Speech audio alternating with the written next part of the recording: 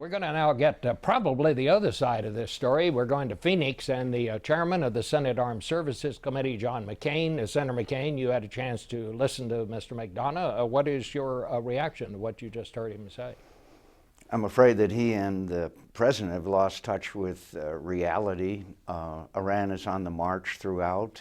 In Yemen, it's not AQAP that's taken over the government, it's the Houthis, who, guess what, are backed and supported by the Iranians. The Iranians are now either dominant or extremely influential in Iraq, Lebanon, Syria, Yemen.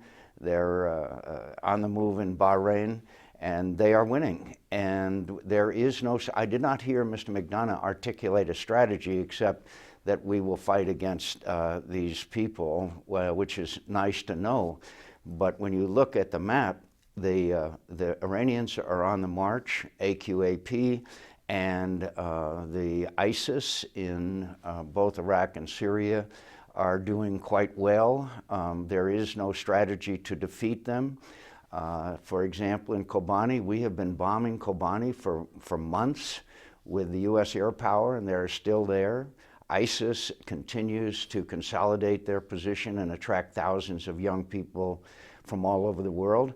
And believe me, I agree with the director of British intelligence, MI5, who gave a speech last week saying that these young people, mainly from other countries that are now in Iraq and Syria, are a direct threat to the United States of America and Great Britain. So there is no strategy. It is delusional for them to think that what they're doing is succeeding. And we need more boots on the ground. I know that's a tough thing to say and a tough thing for Americans to swallow, but it doesn't mean the 82nd Airborne. It means forward air controllers, it means special forces, it means intelligence, and it means other capabilities. And for them to say, we expect them to do it on their own, they're not doing it on their own, and they're losing. Well, Senator, you know and I know that if you walked up to two or three people standing on the street in any city in America, chances are they would not be talking about what the latest news is from Yemen. It's just something that people don't talk about all that much. But how important is this, what's happening there? I think it's extremely important because it's part of this scenario where Iranian influence is on the march. The radical Islam, despite the fact that Mr. McDonough still refuses to acknowledge it, they think they're in a war with us.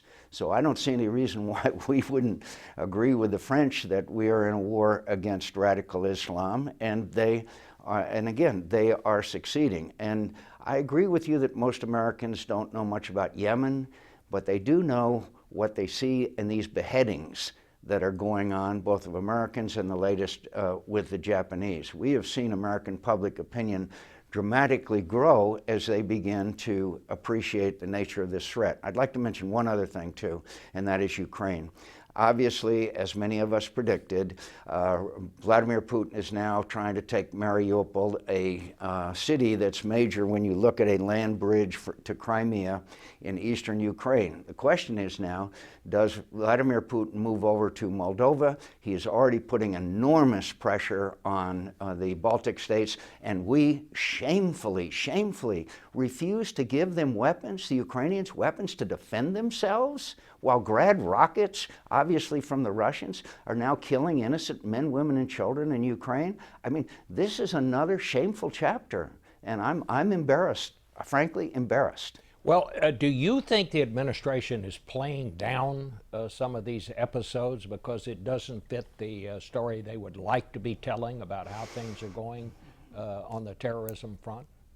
Well, anyone who just viewed Mr. McDonough's performance, and I'm a friend of his, would certainly, I think, draw the conclusion that Mr. McDonough's description of events are certainly contradicted by the situation on the ground, particularly in the Middle East. But again, in Ukraine, this is really very, very serious what Putin has done. And it's not the first time that a dictator, because of domestic problems, has committed acts of aggression to divert the attention of his people. In the Middle East, we have got to have boots on the ground. We have got to have training capability. And one of the other things we've got to do is we can't train young people in Syria and send them back into Syria, outside Syria, send them back into Syria to be barrel bombed by Bashar Assad. That's also immoral. We have to have a no-fly